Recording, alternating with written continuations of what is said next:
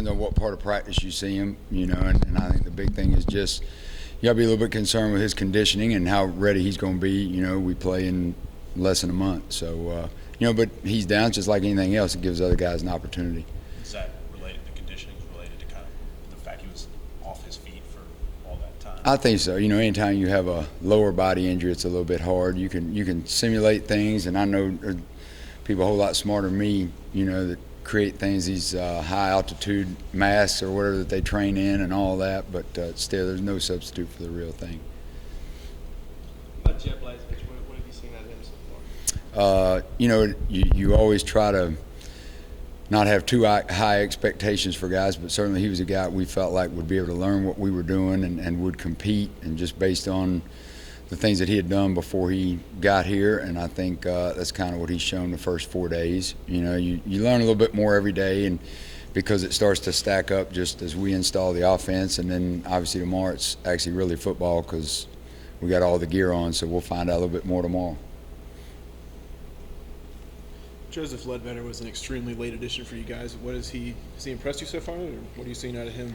I admire him because he hasn't played football in quite some time, and obviously he's been active. It's not like he's been sitting around for the last few years being a basketball player, but it's it's like if you stuck me in Spanish class right now and expected me to go to somewhere they speak Spanish fluently in 3 weeks or whatever, I'd struggle.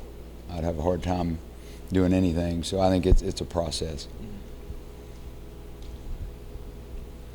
Also, Quavon Hicks, see him catching balls out there. Is he any improvement since springtime? Do you still feel comfortable with him in the tight end role? I do. He's done well. He's really been real proud of him and just the way that he took advantage of that. You have about 4 months between the G-Day game and when we get back out here and do it, and I think he took full advantage of that to try to learn a little bit more. I think he knows exactly what we want and how we want it done at the true fullback position, and so now he's trying to learn some other things, and I think he's done a nice job so far, and I really like his energy level out there. I think he's a guy that kind of some other guys can feed off of, and it gets a little hot and it's football and people get a little sore. They don't feel like being out there. Sometimes you need somebody with a little pep in their step to kind of keep everybody going, and he has done a good job of that so far. Well, speaking of Hicks, face mask seems to have changed a little bit. He's harder to spot. Is there any reason behind that?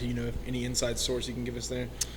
You know what? I mean, the real answer is we feel like it helps him see the ball a little bit better, obviously. But and if you watch the first day, something was wrong with his helmet. He had the old one on, and then we asked him the next day when he came out there if Bryce had knocked some of those bars out with some of the balls that were hitting him upside the head that first day. But no, I just think it's something that it lends itself better to the position that he's trying to play.